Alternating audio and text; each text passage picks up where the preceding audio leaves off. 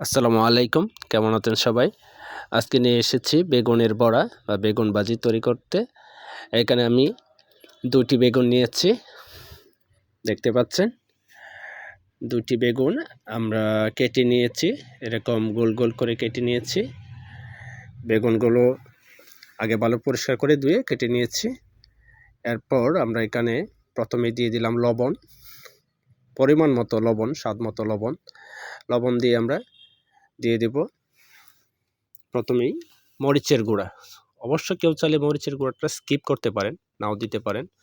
শুধু হলুদের গুঁড়া এবং লবণ প্লাস জিরার গুঁড়া দিয়েও করা যায়।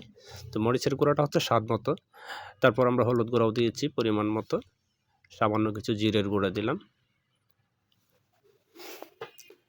এটা দিয়ে আমরা ভালো করে মিশিয়ে নিব। বাস এভাবে জেকে মিশিয়ে নিলাম। এখন রেডি। 5 মিনিট থেকে 10 মিনিট আমরা এটা ঢেকে রেখে দেব। বাস আমরা এবার ভাজি করার জন্য রেডি। কড়াইয়ে তেল দিয়ে দিলাম।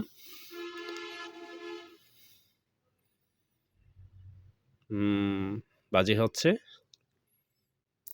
এই যে মরিচের গুঁড়া দেওয়াতে কিছুটা এরকম লালচে পড়ে যাওয়ার সম্ভাবনা থাকে, তাই মরিচের গুঁড়োটা স্কিপ করা যায়।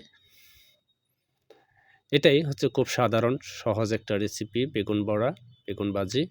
যে কোনো সময় যে কোনো মুহূর্তে হাতের কাছে থাকলেই খুব বেশি ঝামেলা ছাড়া এটা রান্না করা কিংবা এটা তৈরি করে সহজেই তাড়াতাড়ি খাবার খেতে চাইলে এটা করা যায়।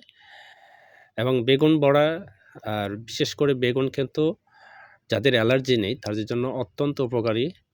বেগুনে ফাইবার আছে, বেগুনে অ্যান্টিঅক্সিডেন্ট আছে। এটা যাদের কোলেস্টেরল আছে তারা বেগুন খেলে কোলেস্টেরলের অনেক উপকার হয় এটা। যাই হোক, বেগুনের উপকারিতা নিয়ে না হয় অন্যদিন বলবো।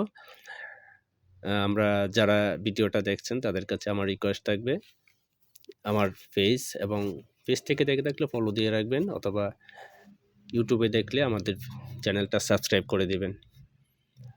এই যে আমাদের হয়ে গেছে। আমরা সামান্য পেঁয়াজ কুচি করে সেটাও ভেজে নিয়েছি স্বাদ বাড়ানোর জন্য।